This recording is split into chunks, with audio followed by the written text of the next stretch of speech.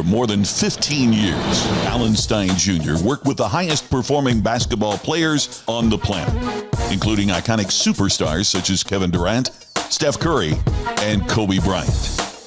He is here today to share proven strategies on how you can utilize the same mindset, habits, and routines that elite athletes use to perform at a world-class level.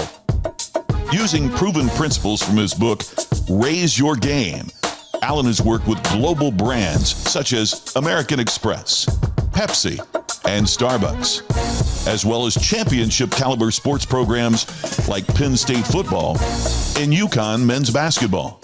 He is excited to provide you with a series of practical, actionable lessons you can implement immediately to improve organizational performance and achieve higher levels of personal influence, impact, and significance.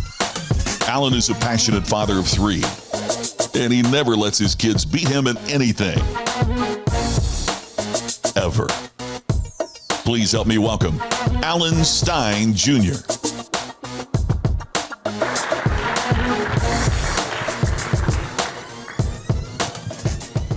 The first time I met Kobe Bryant, he said something to me that changed my life forever. See, back in 2007, Nike flew me out to Los Angeles to work the first ever Kobe Bryant Skills Academy.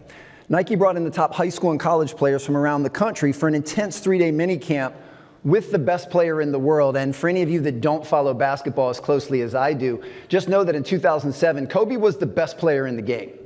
Well, an important fact about me is basketball was my first love, my first passion. I fell in love with the game at 5 years old, and I'm so grateful that here 4+ decades later, basketball is still a major pillar of my life. And having grown up so closely around the game, I'd always heard this urban legend of how insanely intense Kobe's individual workouts were.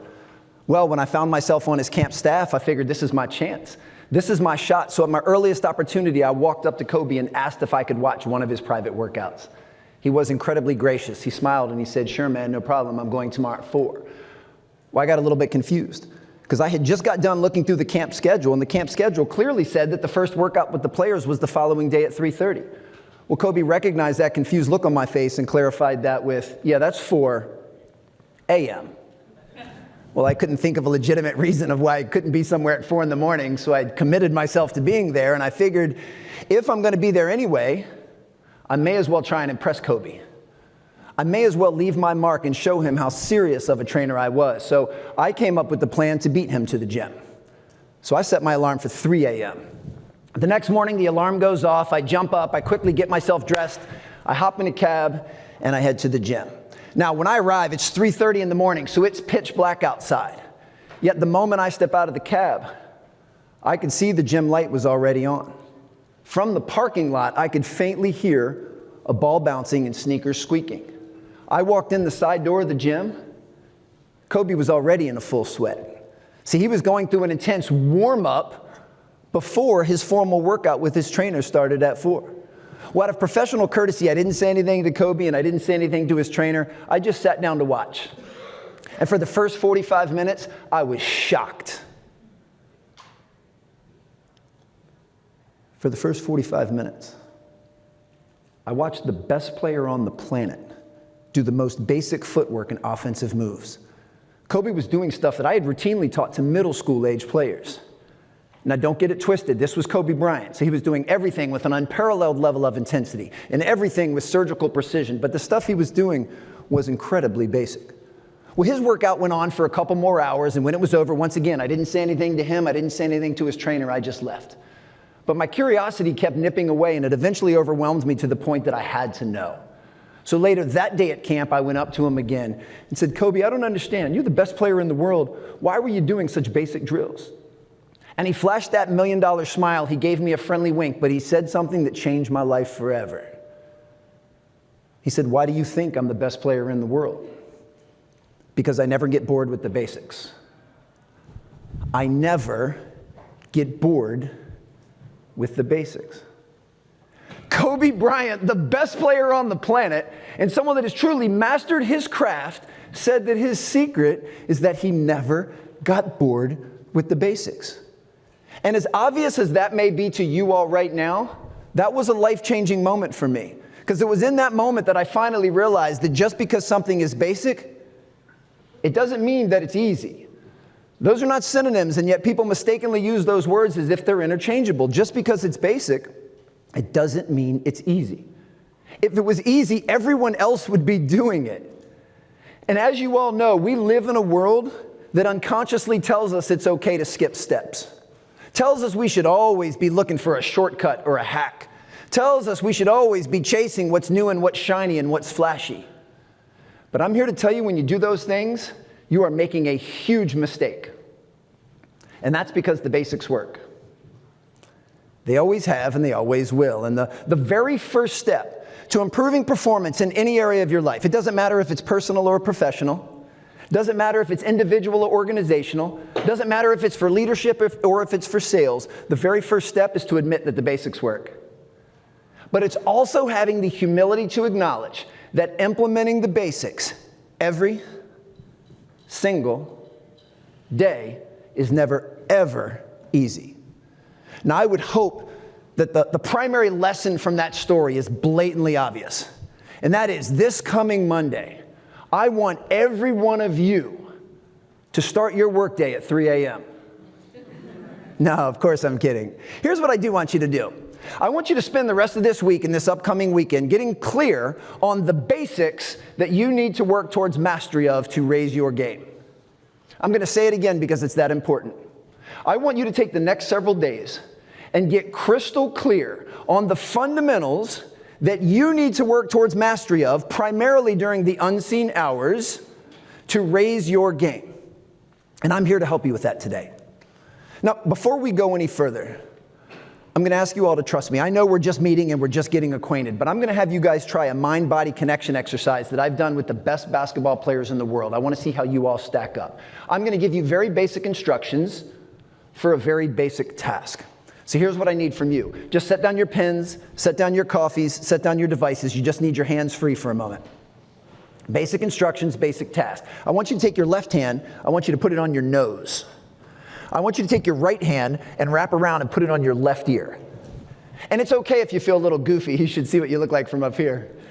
When I say go, I want you to clap your hands twice as fast as you can and make the mirror image of that. You'll end up with your right hand on your nose, left hand on your right ear. I want to see who the fastest person in the room is. Basic instructions, basic task. Go! Oh. All right, put your hands down, please. I don't know if Beth had you guys sign a liability waiver, but I can't afford for somebody to get hurt during my keynote. As you guys can see, just because something is basic in premise doesn't mean that it's easy to execute. And in your line of work, execution is the name of the game. And for those of you taking notes, write this down. Complexity undermines execution. I'll say it again because it's that important. Complexity undermines execution. Our goal needs to be to simplify success and untether from the unnecessarily complex. And again, that's why I'm here today. I mean, the reason I'm here is also very basic. And that is, I want to add as much value as I possibly can to your lives and to your clubs in our very, very short time together. See, if you're in this room right now, if you've been kind and thoughtful enough to stay to the very end for the very last speaker, then I can guarantee you, you are a high performer. Y'all are the Kobe Bryants of the club management space. And having spent my entire life working with, working for, and working alongside the highest performers in both basketball and business, I know for certain that high performers like you all are always looking to grow. You're always looking to improve. You're always looking to develop. If you stayed around for the very final session of this conference, high performers like you are looking for that edge. And ultimately, that's why I'm here today, to help give you that edge. And I'm going to tell you some stories and give you some stats and maybe have you try some things that make you feel a little uncomfortable and uncoordinated. But more importantly, I'm going to arm each and every one of you with a handful of practical, actionable strategies that you can implement immediately to improve your personal influence and impact so that you can lead with excellence. Help you show up as the best version of yourself consistently so you can make a maximum contribution to everyone and everything around you. Share what you need to continue to build winning teams in a championship caliber culture, and certainly arm you with everything you need to continue to grow your membership base. But in order to do all of that in a very short time, I need you guys to stay open-minded to heightening your clarity in 3 specific areas. The first is your perspective, primarily your perspective on leadership. The second are your core values. And the third is your purpose, the why behind what it is that you do. So first, let's take a look at perspective, how you choose to view the role as a leader. And I want to encourage each and every one of you to consider adopting the mantra of transformational leadership, which is choosing to see the world through the lens of, it's not about me, it's about you. It's not about me, it's about you. You should be able to look every single member of your family in the eye, your spouses, your significant others, your children, and say, it's not about me, it's about you. You need to be able to look each other in the eye, peers, and say, it's not about me, it's about you. You need to go back and look at all of the people that work on your team at your club and say, it's not about me, it's about you. And individually and organizationally, literally and figuratively, you need to be able to look every single member in the eye and say, it's not about me, it's about you. See, one thing I know for certain from a leadership standpoint, when you learn to shift your focus off of what you want from people and you shift it to what you want for people, you become the most magnetic person in the room immediately. I'm going to say that again because it's that important.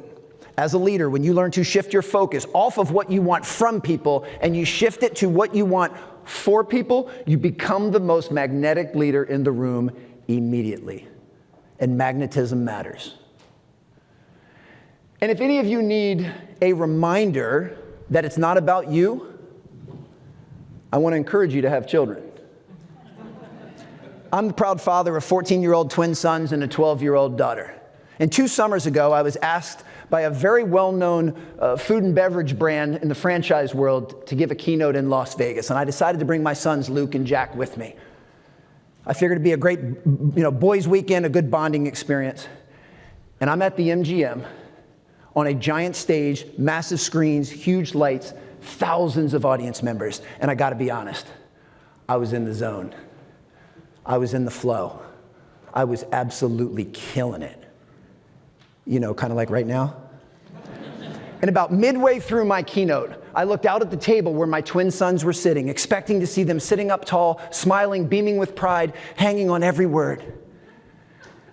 And instead, I see my son Jack, dead asleep on the table.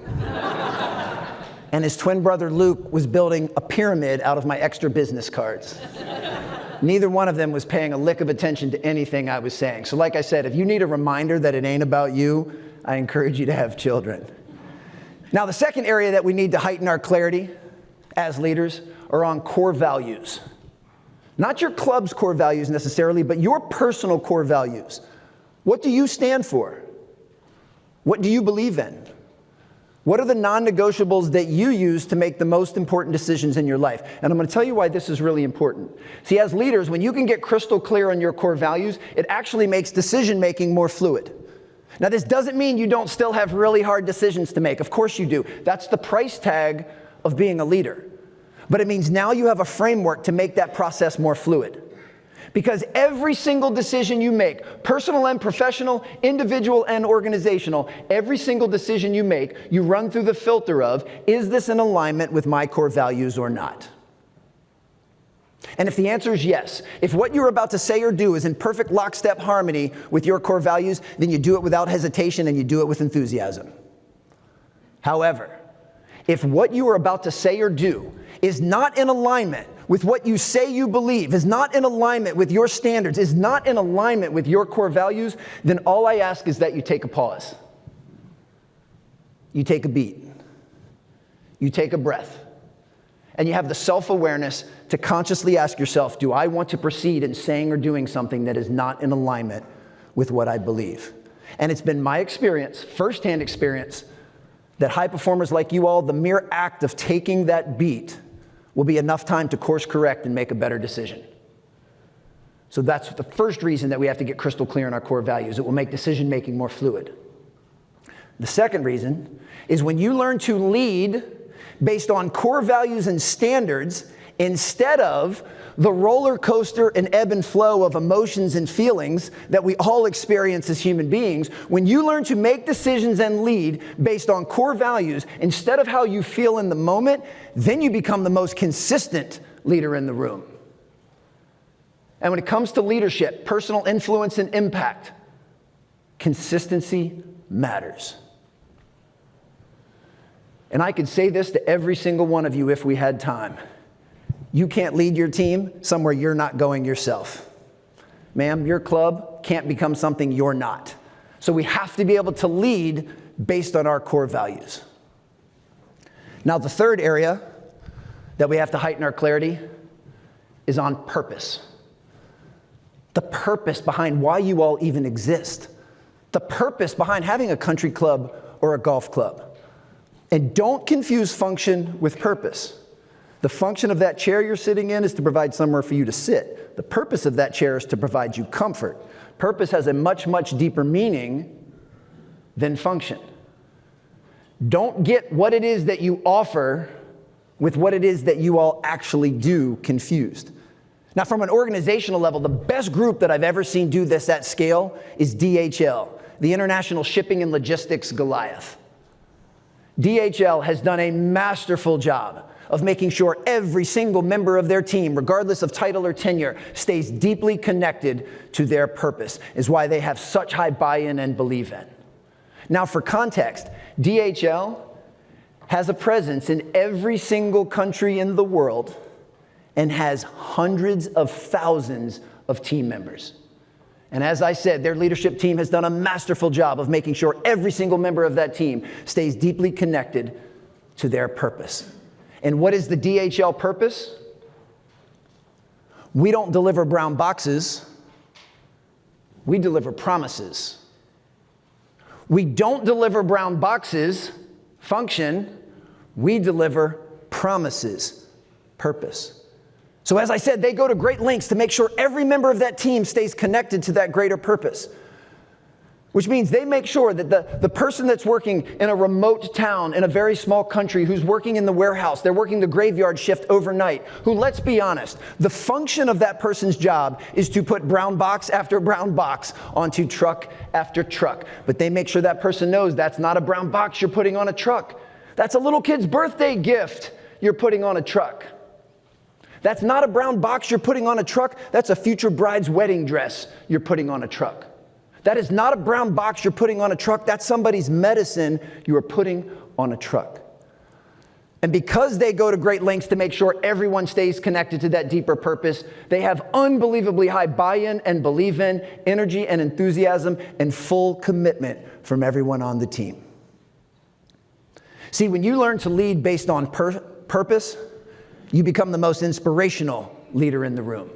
And when it comes to personal influence and impact, inspiration matters. Now, when it comes to those three areas of our perspective and our core values and our purpose, no one has modeled those better than my good friend and mentor, Jay Billis from ESPN. For those that don't know, Jay is the face of ESPN College Game Day. He is Mr. College Basketball. And part of Jay's responsibility when he's going to call a game for ESPN is he goes and he watches both teams practice the day before the game so that he can learn everything he can about their strategies and their keys to victory and their personnel so that he's armed with plenty of ammo for the next day on air. Well, in early December of 2010, Jay was asked to call a highly anticipated game that pitted Duke versus Butler. And the reason this game was so highly anticipated those were the two teams that met 9 months previously in the national championship game, where Duke narrowly escaped with a 2-point win. And it's very rare in college basketball that the two teams that meet on the biggest stage in early April meet again in early December. So like I said, there was a lot of anticipation around this game. Well, Jay needed to do his due diligence, as I just mentioned. And because he's a Duke alum, he decided that he'd go watch Duke practice first. At the time, Duke was led by recently retired Hall of Fame coach, Coach K, the all-time winningest coach in the history of men's basketball. And when Jay came in to watch Coach K and the Duke Blue Devils, Coach K was talking to them with great confidence, clarity, and conviction, and said, guys, if you do what we do well and you stick to our strengths and you execute our game plan, we're going to be more than fine tomorrow because we clearly have a competitive advantage. We are bigger, stronger, and more powerful than they are. We're going to pound the ball down low and get easy layups and dunks. We're going to out-rebound them, and we're going to put a hand up to challenge every shot. You do what we do well. You play to our strengths. You execute our game plan. I promise we'll be fine. We clearly have a competitive advantage. And Jay left that practice and was thinking, this might be an absolute massacre tomorrow. Coach K, one of the best to ever hold a clipboard or blow a whistle, just told his team definitively why they have a competitive advantage. But he needed to do his full due diligence, so he went to watch the Butler Bulldogs practice, who at the time were led by Coach Brad Stevens. 3 years ago, Brad Stevens was promoted from head coach to president of basketball operations of the Boston Celtics, who may just be a week away from winning an NBA championship. He's one of the brightest minds that I've ever met, a basketball savant. And to Jay's surprise, when he walked into the Butler practice, Coach Stevens was saying with the exact same level of confidence, clarity, and conviction, guys, if you do what we do well, you play to our strengths, you execute our game plan, we'll be more than fine because we clearly have a competitive advantage. See, we're smaller, quicker, and faster than they are. We're going to get tons of points on fast breaks and in transition. We're going to put on a smothering full court press, and there's no way their big guys can get out to our corner shooters. You do what we do well, you play to our strengths, you execute our game plan, we'll be more than fine tomorrow because we clearly have a competitive advantage. And Jay left that practice and was thinking, I got no idea who's going to win this game. Both of these Hall of Fame caliber coaches have the self-awareness and the team awareness to know what it is that they do well, to know where their strengths lie, and most importantly, know the game plan they need to execute to give them a competitive advantage. And here's the beautiful part. They both were 100% correct. It's a matter of vantage point. It's a matter of perspective. It's a matter of you choosing deliberately what you want to focus on and playing the hand that you have. Now, if I do my job today, I want you all to make your self-awareness and your team awareness part of your secret sauce. See, the reason I share that story with you is I also want you guys to reflect. I want you to take some time over the next few days, and I want you to first think of that on an individual level. As a leader, what are your strengths? What are your gifts? What are the things that you bring to the table that can make a maximum contribution to everyone and everything around your club? And I want you to get to intimately know that on an individual level. But then I want you to ask the same question of your staff, of your team, at your club. What is it that we do so well that can give us a competitive advantage? See, if you guys can take the time to heighten clarity on your self-awareness and on your team awareness, then you can get in a groove of leading with excellence. That is exactly how you improve your personal influence and impact. That is exactly how you build the foundation to winning teams and championship caliber cultures. So those are the two components I'm going to unpack now for you. The first, we're going to unpack self-awareness, and there's 3 components. And that's our habits, our mindset, and our focus. And why are we starting with self-awareness? Well, the very first step to improving your club is improving yourself. How many of you want your club to be more successful this year than it was last year? Well, if you want your club to be better this year, then you need to be better this year. It always starts with you. Leadership always starts the process. So let's take a look at the 3 components of self-awareness that I want to highly encourage and empower you all to continue to level up. And as I said, that's going to be your habits, your mindset, and your focus. Let's start with habits, the things we do unconsciously and the things we do consistently. I read a study about a decade ago that said almost half of everything we do during our waking hours is habitual. Think about that for a second. Almost half of everything we do from the moment we wake up to the moment we go to bed is habitual. It's on autopilot. Every single one of us has grooved a series of predictable, borderline repeatable behaviors that we now derive comfort from. So I have a really important question to ask you all. I've already told you that my evaluation of you as being a part of this event and being the ones that stayed all the way to the very end, my evaluation of you is if you are here right now, you are a high performer. But I have a really important rhetorical question to ask each and every one of you. Are you a high performer because of your habits? Or are you a high performer in spite of your habits? If you were to put pen to paper and write the things that you do, write down the things you do every single day of your life, what percentage of those things are taking you closer to the leader you're capable of being, and what percentage of those things are undermining you and hindering you? If you literally wrote down the stuff y'all do every single day of your life, what percentage of those things are helping you, and what percentage of those things are hindering you? And with that said, I don't want anyone to ever get stifled by perfection. Basketball is not a perfect game. Business is not a perfect game. Life is not a perfect game. What I do want is for you to be inspired and motivated by progress. Daily, incremental, systematic progress. Can you have slightly better habits in 2024 than you had in 2023? Can you have slightly better habits in June than you had in May? Can you have slightly better habits today than you had yesterday? That's the game we're in. If you're in this for long-term sustainable excellence, we just need slow turns of the dial. Slow turns of the dial. And that starts with habits. Here's your first actionable takeaway, which is a nice way of me saying homework assignment. This is your homework for the rest of the week. At some point this week, I want you to take out a piece of paper and I want you to draw a line down the middle. On the left side, I want you to come up with an exhaustive list of the things that, let's just say, fill your bucket. Things that light you up, that give you energy, that make you feel alive, that make you smile, that you enjoy doing. These can be things for your physical, your mental, your emotional, or your spiritual well-being, if that's appropriate to you. This could be taking a yoga class or hopping on your Peloton bike or taking your dog for a walk. It could be meditation or prayer. It could be reading a good book. It could simply be getting up 30 minutes before the rest of the family and enjoying some stillness while you sip some coffee and read the paper. But whatever it is that fills your bucket, mentally, physically, emotionally, or spiritually, I want you to write it on the left side. Then on the right side of the paper, I want you to write how you've been spending the bookends of your day. Your morning and your evening routine. What do you typically do for the first 60 minutes after you wake up, and what do you typically do in the 60 minutes before you go to bed?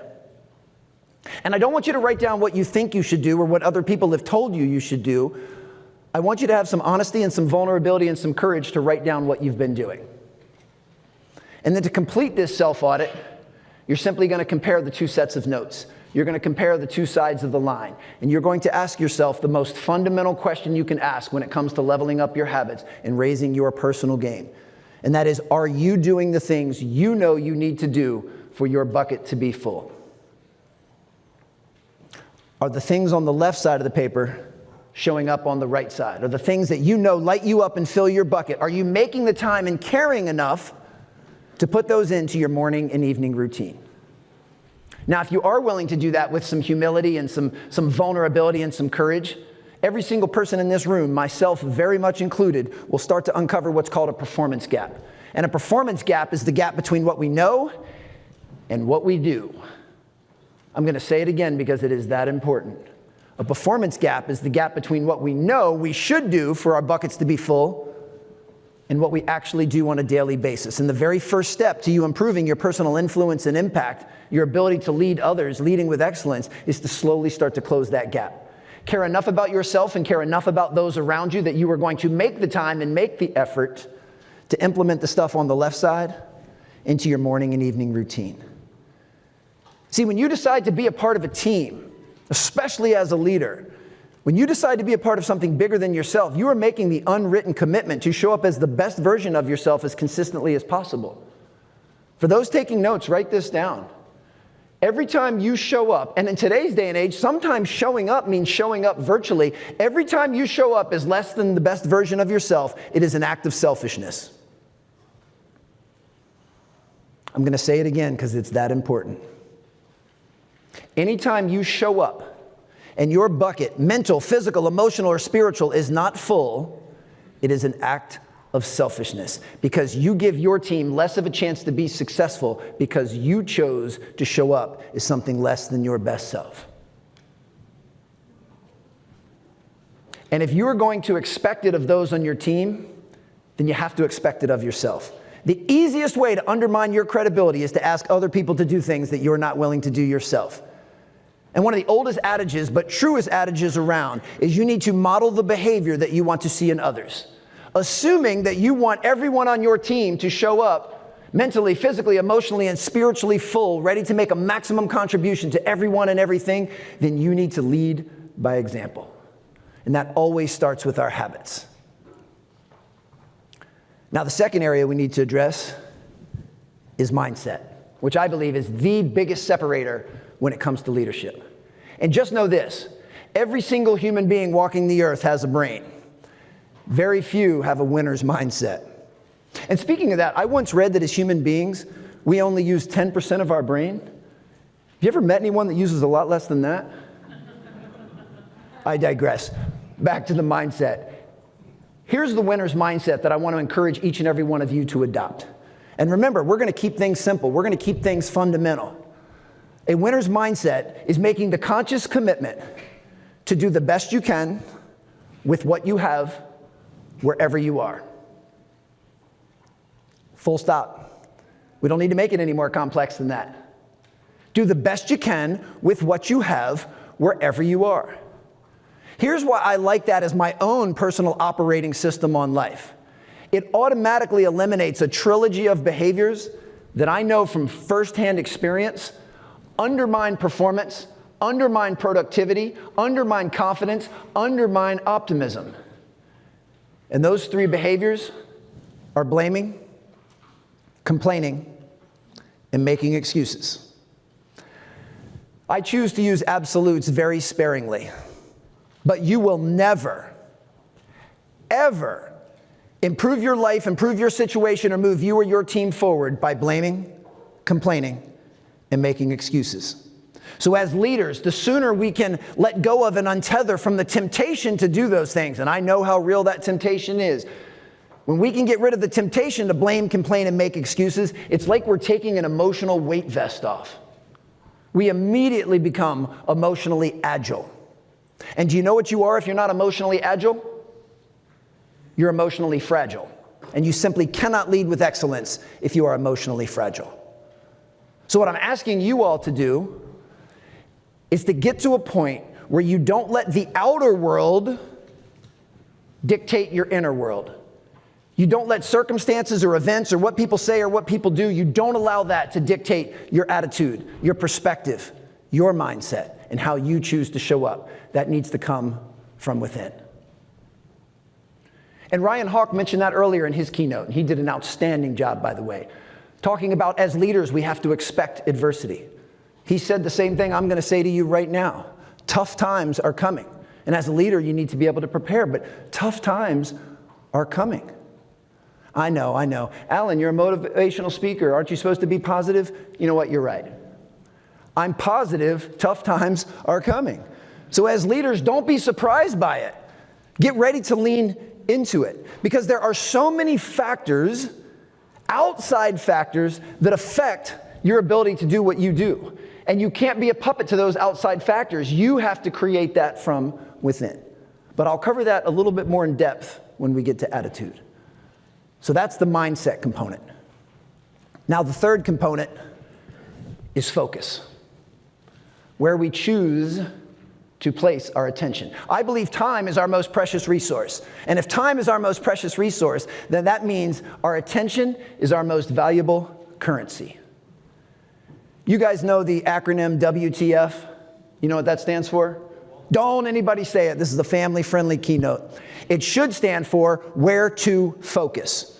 And I'm going to tell you where to focus right now. It's another acronym, and if you're taking notes, write this down. I heard this 20 years ago from Lou Holtz, the former football coach at Notre Dame, and it absolutely changed my life. The acronym is WIN. W-I-N, and it stands for what's important now. If you want to win, you need to know what's important now. And that's what deserves your full attention in the moment, which is ultimately what I'm talking about, is your ability to be present in the moment. Now, the short definition of being present, I've heard this from both Oprah and Nick Saban, and I figure if those two people are saying it, it has to be true. And that is, to be fully present, you have to learn to be where your feet are. Be where your feet are. Wherever your feet are, make sure that's where your head and your heart are as well. See, in order to lead with influence and impact, we need to make sure that all of our faculties are in alignment. If we're going to be somewhere, then we need to be somewhere. Now, the more expanded definition of being in the present moment, to no surprise, has 3 components. We have to learn how to refocus the lens on the next play, refocus the lens on what we have control over, we call that control the controllables, and refocus the lens on the process. So first, let's take a look at next play. Back when I worked in the basketball training space, in addition to helping players improve their on-court athleticism and physicality, their work capacity, bulletproofing their body against injury, my number one job was to make sure that our players would play present. And the foundation of playing present was making sure that they would always refocus the lens on the next play. You just turned the ball over. It's okay. Next play. You just missed a layup. Next play. I know the referee missed a call. It happens sometimes in basketball. Next play. Why do I need our players focused on the next play? There's nothing they can do about the play that just happened. It's over. It's in the past. It's in the rearview mirror. It is unchangeable. There's nothing they can do about that turnover, that missed layup, or that referee's inability to make a call. It's over. It's in the past. It's in the rearview mirror. It is unchangeable. Once again, if you're taking notes, write this down. Any energy or focus you waste on something that is in the past that is unchangeable means you don't have that energy or focus available to invest in the present moment where you can still make a difference. I'll say that again because I know it was a mouthful. Any energy you waste on something in the past that is unchangeable means you don't have that energy available to invest in the present moment where you can still make a difference.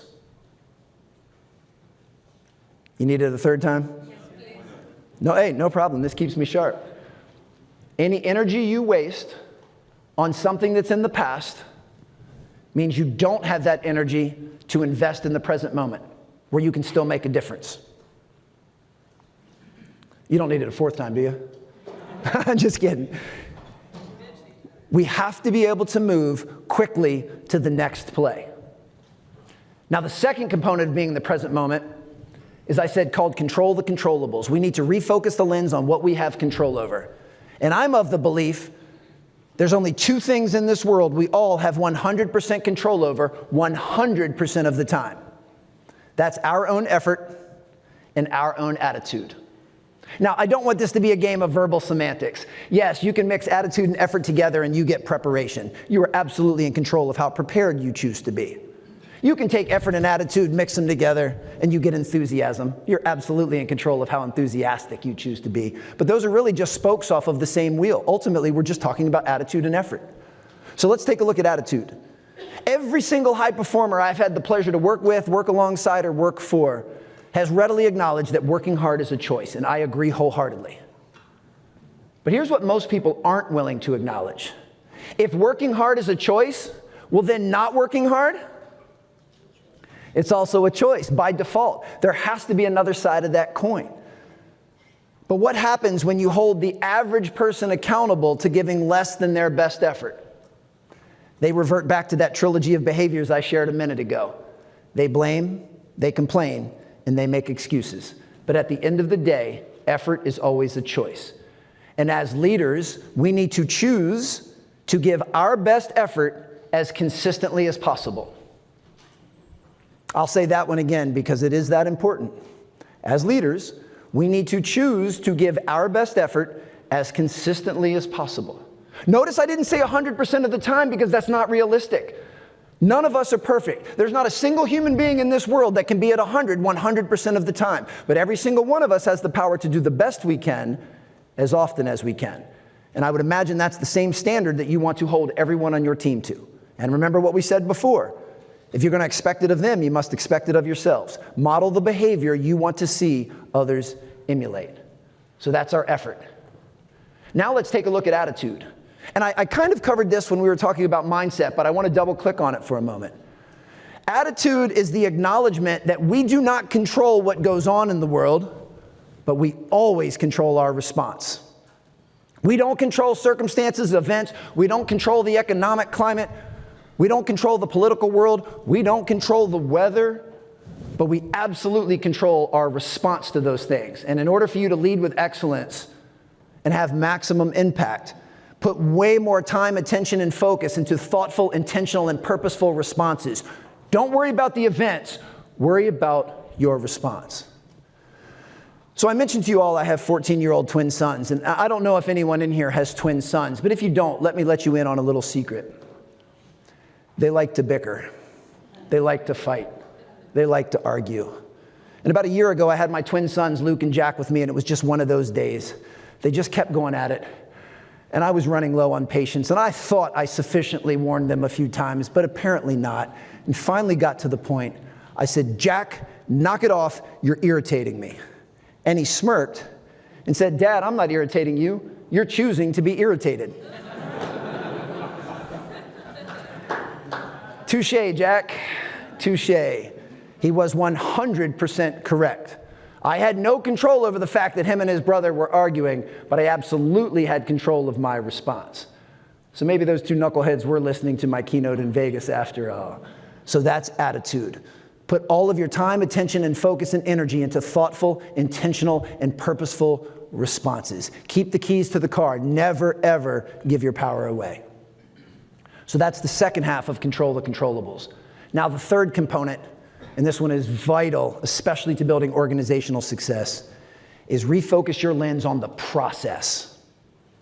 It's fantastic to have goals. I want you to have goals. I want you to have personal goals. I want you to have professional goals. I want you to have individual goals. I want you to have club goals.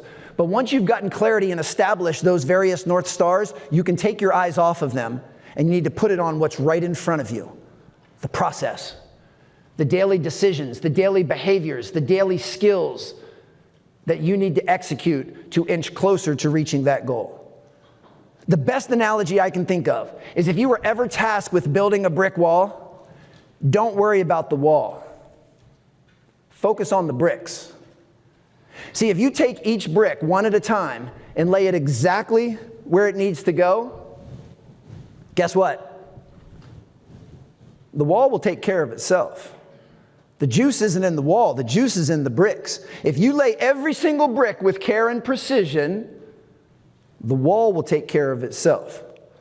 So you need to get crystal clear on your goals, and then you need to reverse engineer and figure out the systems, the processes, the daily behaviors, the habits, and the process that will allow you and your teams to inch closer towards that. The best group that I've ever seen do this is the men's basketball program at Queens University in Charlotte, North Carolina. Several years ago, I had an opportunity to work with their then head coach, Bart Lundy. And at the time, they were one of the top Division II men's basketball programs in the country. They've since moved to Division I, and Coach Lundy has taken a job elsewhere. But at the time, they were one of the top Division II men's basketball programs in the country. And Coach Lundy and his staff watched over a decade's worth of film, and they figured out that there were 4 key stats in the game of basketball that heavily dictated whether Queens would win. Now, for some additional context, basketball, or any sport for that matter, is called a finite game. It has a distinct start, a distinct stop, and we have all around the globe unanimously agreed that the team with the most points on the scoreboard when the final buzzer goes off is declared the winner. It's not arbitrary. That is a finite game. We are all, in business and in life, playing what's called an infinite game, which means there's not a distinct start and stop, and the definition of winning is a little more subjective. It's a little more esoteric. It's a little more evergreen. I mean, we have some brilliant leaders in this room right now. And if I had every single one of you on an index card write down your definition of winning in your club and pass it up to the front, I'm sure I'd see some crossover and similarity, but I wouldn't see 150 identical index cards because there's some nuance involved. But despite the fact that basketball is a finite game and we're playing an infinite game, this analogy still holds true. So as I said, Coach Lundy figured out that there were 4 stats that heavily dictated whether Queens would have the most points on the scoreboard when the final buzzer went off. For those of you that follow basketball and understand basketball, these will be blatantly obvious. For those of you that don't, I'll do my very best to drop some breadcrumbs so it makes complete sense to you as well. The first of those stats was turnover differential. If we can have more possessions than our opponent, it gives us a better chance to win. The second was offensive rebound differential. If we can take more shots than our opponent, it gives us a better chance to win. Third were free throws attempted. The free throw in college basketball is the highest percentage shot based on each possession, and if we can take more of those than our opponent, it gives us a better chance to win. And the fourth were three-pointers attempted. The three-pointer in college basketball is a massive weapon, and if we can take more clean looks from three than our opponent, it gives us a better chance to win.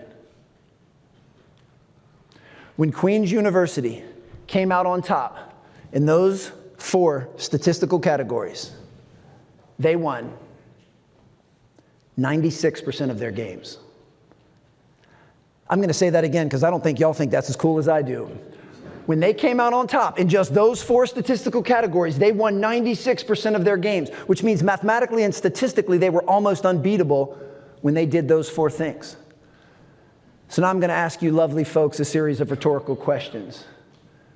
What do you think Coach Lundy and his staff talked about, emphasized, and reinforced before every workout, every practice, every film session, and every game? Those 4 things. What do you think Coach Lundy and his staff used to design every practice plan, every workout plan, every film breakdown, and every game plan? Those 4 things. Coach Lundy and his staff never talked about winning, never talked about championships, never talked about trophies, never talked about banners. All they talked about were those 4 things. Why? Because if they executed those 4 things, the winning, the championships, the trophies, and the banners would all take care of themselves. See, when you focus on executing the process, the scoreboard takes care of itself. Now here's a non-basketball example that hopefully will hit home for you guys. A good friend of mine who's a fellow speaker, before he became a professional speaker, he owned a very successful pool installation company. He sold pools for a living. And to his own admission, he was a little bit of a data nerd. He loved looking at the back-end analytics on his website and on his social channels to measure what was working and what wasn't. And here's what he found out. When a prospective customer, someone that was looking to buy a pool, when they viewed 30 or more pieces of his content, blogs, videos, social posts, articles, when they viewed 30 or more pieces of his content, they purchased the pool 80% of the time. If they viewed less than 30 pieces of content, less than 30 blogs or videos or articles or pieces of social content, they purchased the pool 25% of the time. Now, obviously, the goal is to sell a pool, but that's not what he and his team focused on. What did they focus on? Creating a consistent and compelling stream of content that would educate prospective customers, because he knew an educated customer was more likely to buy. See, he figured out very quickly, telling is not selling. We don't have to convince anyone to buy a pool. All we need to do is educate them, and they will convince themselves. He focused on the process. They put all of their focus on putting out compelling content, and the pools would just sell themselves. So once you get crystal clear on your goals, figure out the process that is most aligned with achieving that. Now, when it comes to those 3 areas of individual performance, our habits and our mindset and our focus, no one has lived those better than my all-time favorite basketball player, Steve Nash. For those that don't know, in the early 2000s, Steve Nash, Hall of Fame caliber point guard, won back-to-back MVP titles. And the first year that he won the MVP, he actually only led the NBA in 2 statistical categories. Assists, which means he liked to share the sugar, he liked to pass the pill, he liked to get other people involved. Certainly the sign of a great leader and a great teammate. But the other statistic that Steve Nash led the NBA in were physical touches. I'm actually talking about high fives, fist bumps, and pats on the backside. Now you're probably wondering, how could I possibly know that Steve Nash led the NBA in high fives, fist bumps, and pats on the backside? Well, it just so happens there was a research team from UC Berkeley who was conducting an official study because they wanted to measure if showing signs of physical enthusiasm actually led to more wins on the court. So they hired a team of researchers to watch every minute of every NBA game and make a tally mark every time a player gave a high five, a fist bump, or a pat on the backside. Well, the Phoenix Suns, who Steve Nash played for at the time, were so enamored with this study, they hired a full-time intern to count just for Steve Nash. Just by show of hands, How many of you have ever had a crappy entry-level job before? Yeah, can you imagine if that was your very first job? Yeah, you see this guy right here? Every time he touches one of these big, tall, sweaty guys, you can make a tally mark. In the very first game that the intern counted for Steve Nash, he delivered 239 high fives, fist bumps, and pats on the backside. He was a furnace of human connection. Now, in the game of basketball, where physicality is appropriate, it has been physiologically proven that you can transfer energy to another human being through physical touch. You can indeed raise someone's game with a well-placed high five or a fist bump. Just to make sure I'm clear, and certainly HR compliant, I'm not telling you guys to pat your members on the backside when they leave your club. Here's what I am telling you to do. I want you and your team to get crystal clear and innovative and creative on ways that you can make the same type of emotional deposit to the two professional groups that should mean the most to you. The two professional groups that should mean the most to each and every one of you are those on your team and the members you serve. And I want you to get creative and innovative in figuring out ways to make the same type of appropriate emotional deposits. So here's your next actionable takeaway. This is more of a challenge. And if you're willing to do this at your club, I promise you, it is a game changer when it comes to your cohesion and your culture. It's called 10 Assist. And here's how it works. Every morning when you wake up, you put 10 rubber bands on your left wrist. And every time you give an assist to either someone on your team or one of your members, you move one rubber band from your left wrist and you put it on your right wrist. And an assist is anything you do that goes above and beyond what you are expected to do that adds value to those two groups. So this is not part of your job description. This is extra. This is supplemental. This is in addition to. And every time you do something that adds value to someone on your team or a member that you serve, that's an assist, and you move one rubber band from the left to the right. But here's the rub. You can't go home for the night till all 10 rubber bands are on your right wrist. Until you know for a fact that you personally have done nothing short of 10 tangible things to add extra value to the two professional groups that should mean the most to you, those on your team and those that you serve. Now, I'm willing to bet by the mere fact that you are sitting in this room right now, that everyone in this room, I bet you dish out 10 assists before the morning coffee break. I'm not worried about you. But can you make this contagious with your team? Can you have the type of influence and impact and leadership to get everyone on your team, regardless of title or tenure or role, to wake up every single day just as intentional about over-delivering for the two most important groups, those on your team and the members that you serve, and then start doing the math. And I know we've got some large clubs in here. Think of how many team members you have. Start to multiply that by 10, and that's every single day. It will radically change cohesion and culture. Now, speaking of which, we're going to quickly transition into the much shorter component now, because I am aware of the time, of team awareness. And there are 3 components to team awareness, and that is our role clarity, accountability, and communication.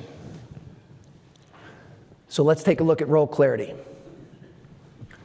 Don't be fooled by the brevity of this one. This is the foundation to which the rest of the house is built.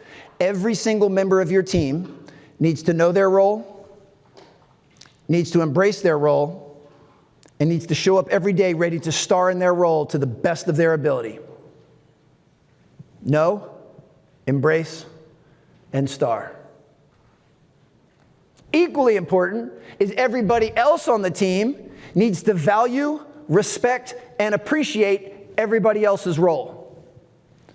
Value, respect, and appreciate everybody else's contribution. When you get everybody on the bus playing their position to the best of their ability and showing love to everyone else for the contributions they make, that is the foundation to building a winning team. And to make sure we clear up any ambiguity, here's your last actionable takeaway.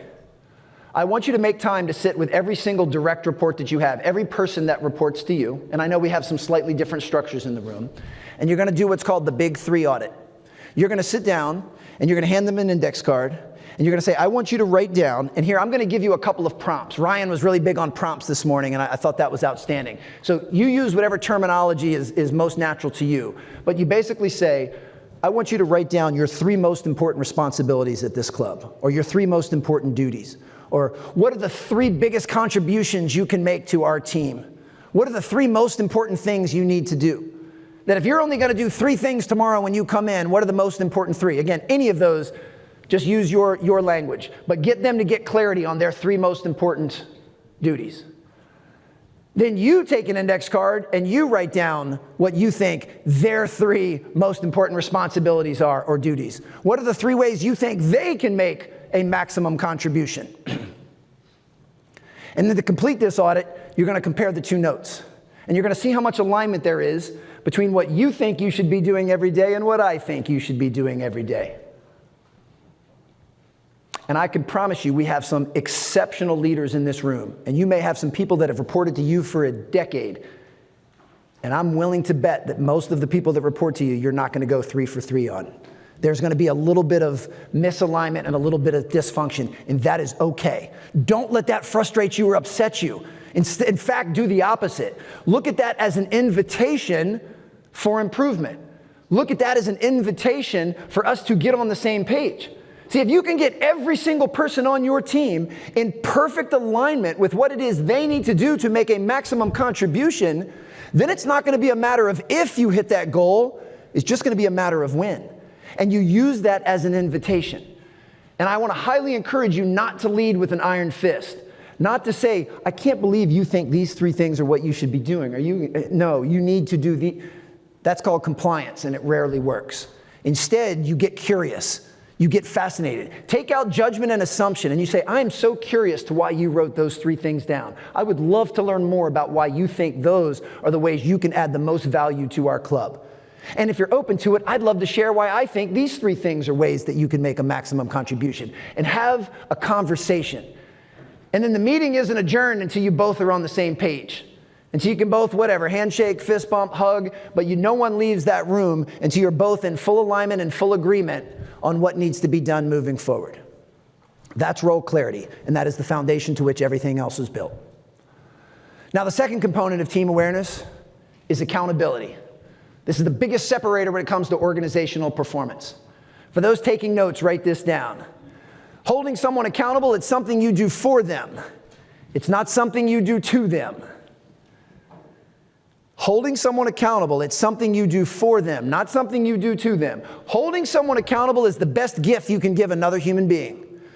Because in essence, when you hold someone accountable to a high standard of excellence, what you're unconsciously telling them is, I care so much about you, and I care so much about our club, that I'm not going to let you slide by doing less than you're capable of. I care so much about you, and I care so much about this club, I'm not going to let you violate one of our core values. I care so much about you, and I care so much about our club, I'm not going to let you show up with a bad attitude. When you hold someone accountable to a high standard of excellence, it's the best gift you can give them. But before you can hold someone accountable, you have to be crystal clear in defining not only what you're holding them accountable to, but your level of expectation. So I've mentioned a couple times, I've got twin sons and I've got a daughter. I'm also divorced, so I only have my kids half the time. And about a year ago, I had my kids over for dinner. And at the end of dinner, I asked my son Luke, who was 13 at the time, to please clean the table. After he rolled his eyes at me, he quickly grabbed the utensils and the plates and the glasses, and he threw them in the sink, and he went to his room and he started playing Fortnite. And I found myself momentarily frustrated because I'm old school. That is not how I define cleaning the table. See, I'm old school. I define cleaning the table as carefully taking the plates and the utensils and the glasses and going over to the kitchen sink and rinsing them off with a sponge, lining them up neatly in the dishwasher, and then taking a Clorox wipe and wiping the table off. And if you knock any crumbs on the ground, you sweep them up. I'm old school. That's how I define cleaning the table. Well, before I could get upset at Luke, it hit me and I started to laugh. The failure was 100% mine. See, I didn't clearly define for Luke the way I just defined it for you all. I left it completely ambiguous. I left it arbitrary. I left it up to Luke. And I don't know if anyone in here has a 13-year-old son, but if you do, you'll probably agree that the way Luke cleaned the table is in perfect alignment with the way a 13-year-old boy sees the world. He thought he did exactly what I asked him to do. And you know what? He did. Now, because of the type of father I am, I went and I gathered all 3 of my kids and I marched them into the kitchen and I proceeded to give them a master class on what I mean when I say clean the table. And guess what? It's never been a problem since. It's never been a problem since. My kids know exactly what I mean when I say clean the table, and that they know that I love them so much that if they don't do it to that standard, they will do it again. So it's never been a problem since. So as leaders, whatever it is that you need your team to do, make sure you are clearly defining not only what you're going to hold them accountable to, but your level of expectation as well. So that's accountability. Third component of team awareness, then I'll put a big bow tie on it with a story or two. And if there's not a stampede to get out of here, if you guys want to stay for a little Q&A, I'm happy to do it, is communication. Just know as leaders, you are always communicating. Even when you're not saying anything, you are communicating. And I'm not just talking about your body language and facial expressions and tonality. Nonverbals are certainly important. But I'm actually referring to the unconscious messages that underpin everything it is that you say as a leader. Here's an example. In order for you all to continue to lead with excellence, you need to get good at the skill of delegation. If you have to cross every T and dot every I at your club, you become the bottleneck.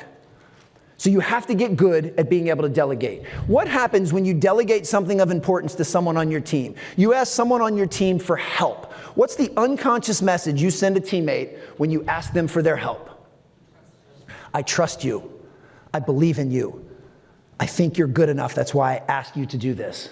That type of unconscious message will strengthen your relationship and your connection with that person.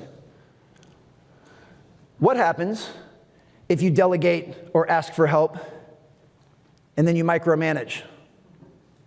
You either literally or figuratively stand over their shoulder, breathing down their neck. What's the unconscious message you send then? Yeah, it's the exact opposite. I don't trust you. I don't believe in you. I don't think you're good enough to get this done. Now, I know that's not what you mean. I know that's not what you intend. I know that's not what's on your heart. But if you're taking notes, write this down, circle it, underline it, and buy a highlighter tonight and highlight it. As leaders, it's not what you say, it's what they hear that matters. It's not what you say, it's what they hear that matters. I say I need your help. What you hear if I micromanage is Alan doesn't trust me, Alan doesn't believe in me, Alan doesn't think I'm good enough to get this done. And that will undermine and erode your connection or relationship with that person. It's like pulling the thread out of a sweater. So it's vital as leaders that we are aware of and in control of all of the unconscious messages. And when it comes to role clarity and accountability, and when it comes to communication, don't ever forget that the little things you do make a huge difference. In 2008, I was working as the performance coach at Montrose Christian, a very small private high school just north of Washington, D.C., which is where I live, an absolute basketball powerhouse. Our most famous alum is Kevin Durant of the Phoenix Suns. And it was in February of 2008, and I was down in the locker room getting dressed for what I thought was just going to be a normal day of practice. But to my surprise, when I opened the gym doors, I'm standing 10 feet away from my idol. I thought this was going to be a normal day of practice, and I walked through the gym doors, and I'm standing 3 arms lengths away from the one person in the world I wanted to meet more than anyone. I referenced him earlier. It's the former coach at Duke, Coach K, someone I've idolized my entire coaching career, and I finally had a chance to meet him. And Coach K was kind enough to talk to me for 10 minutes before practice started. And it's kind of funny because as life-changing as this interaction was, I don't remember a single word that either one of us said. I was in total fanboy mode. I don't remember a single word. But I will never forget how Coach K made me feel. He made me feel like I was the most important person in the gym. I wasn't. The kid he was recruiting was the most important, but he made me feel like I was. How did he do that? He maintained great eye contact with a warm smile. He had positive, open body language, but most importantly, he showed a genuine interest and curiosity in me, and he kept asking me question after question about my training philosophy, my work with the team. He made me feel like I was the most important person in that gym. Now, as I just mentioned, I was raised old school. I was taught that when someone goes out of their way to do something nice for you, you handwrite them a thank you note. So I went home that night and I wrote him a thank you note. Said something to the effect of, Coach K, you have no idea how amazing it was to finally meet you. Thank you so much for your time. I'll always be rooting for you and Duke. I put a stamp on it and I sent it off to Durham, North Carolina. And I figured that would be that. Well, 3 weeks later, I go to my mailbox and I got a letter back from Coach K. I know those of you in the cheap seats, you can't see this, but it's 3 sentences of his iconic handwriting on the front of his stationery that in essence says the same thing. No, Alan, it was so great to meet you. You're doing a terrific job. Keep it up. 3 sentences. How long do you think it took him to write this, even if he writes slow? Maybe 60 seconds? Can we agree that over the course of our entire lives, can we agree that 60 seconds is a little thing? Well, this little thing had a profound impact on my life. This little thing is why I wake up every single day with an attitude of gratitude to tell as many people as I possibly can, hey man, great job. Awesome work today. Hey, I appreciate you. This little thing is why I am personally relentless about returning emails, voicemails, and text messages. Because I figure if one of the most successful, most decorated, and let's be honest, one of the busiest coaches in the history of all of team sports can make the time to handwrite me a note back, you better believe I can reply to your email. You better believe I can call or text you back. Just know that in the positions that you all are in, the little things you do make a huge difference. And just so you know, I only carry this around when I speak. I didn't have this in my gym shorts earlier when I was working out. Before I move to a final story, can you put the slide up with the QR code? And can you guys please give Beth and Rob and my AV guy, Kevin, a huge round of applause.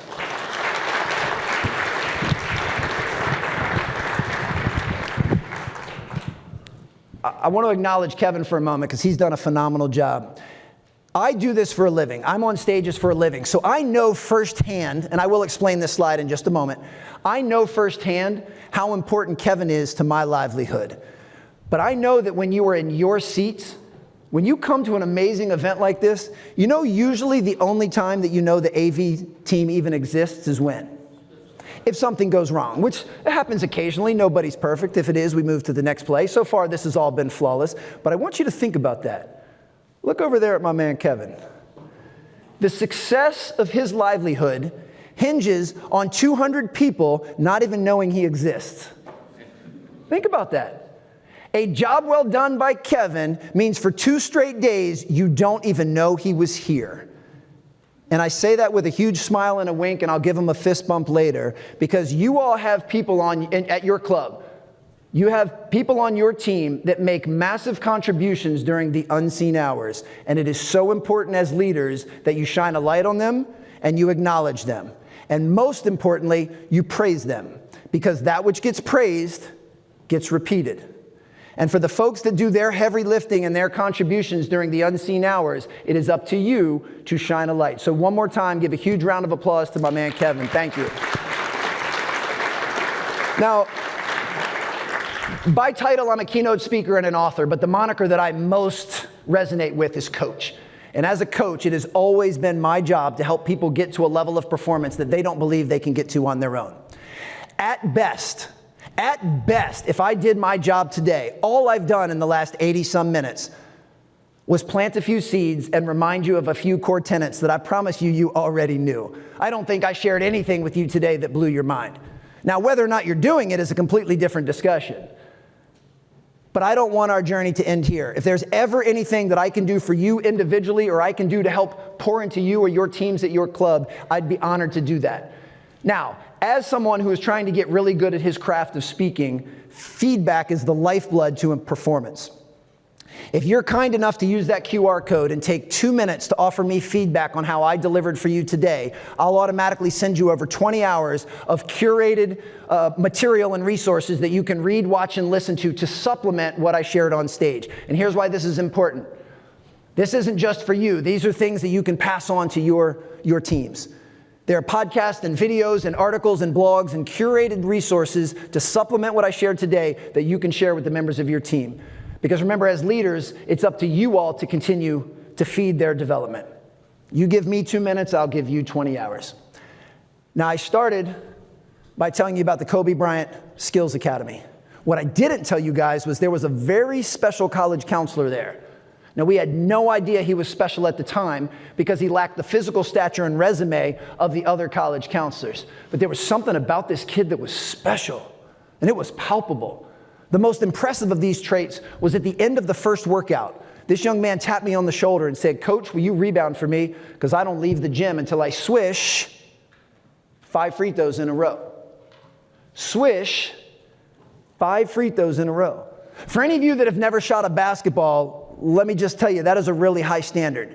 A swish is a perfect shot by definition. It doesn't touch the rim, it doesn't touch the backboard, it gets its name from the sound it makes by going nothing but net. And this young man was not going to leave the gym until he swished 5 in a row. Which means he could have swished 4 in a row, hit just a little bit of the rim on the 5th one, it would still go in. He'd still be mathematically perfect. He'd still be 5 for 5, but that wasn't good enough for him. He'd start over. And if memory serves, it never took him longer than 15 minutes to swish 5 in a row. That young man was Stephen Curry of the Golden State Warriors, who will go down in history as the greatest shooter this game has ever seen. And it's not by accident. It's not by luck. It's not because his dad played in the NBA. It's because he's willing to hold himself to unparalleled standards. And that's the thought that I want to leave you with before we do one closing activity, and then I promise I'm done. And that is the standards you set today will determine who and where you'll be tomorrow.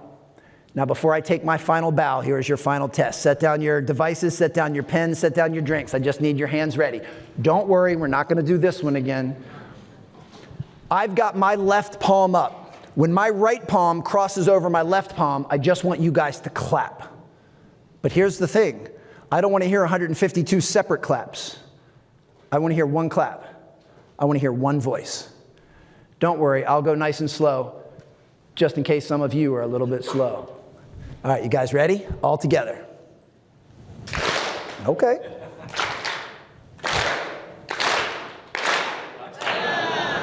Basic instructions, basic tasks. Now, there's no way I'd fly down here from DC and leave y'all hanging like that, because I trust you, I believe in you, and I know you're good enough. So let's try it one more time, and then I'll take a bow. And then if you guys would like to do some Q&A, I don't fly out till tomorrow morning, but if you gotta go, you gotta go. All right, let's end. Here we go.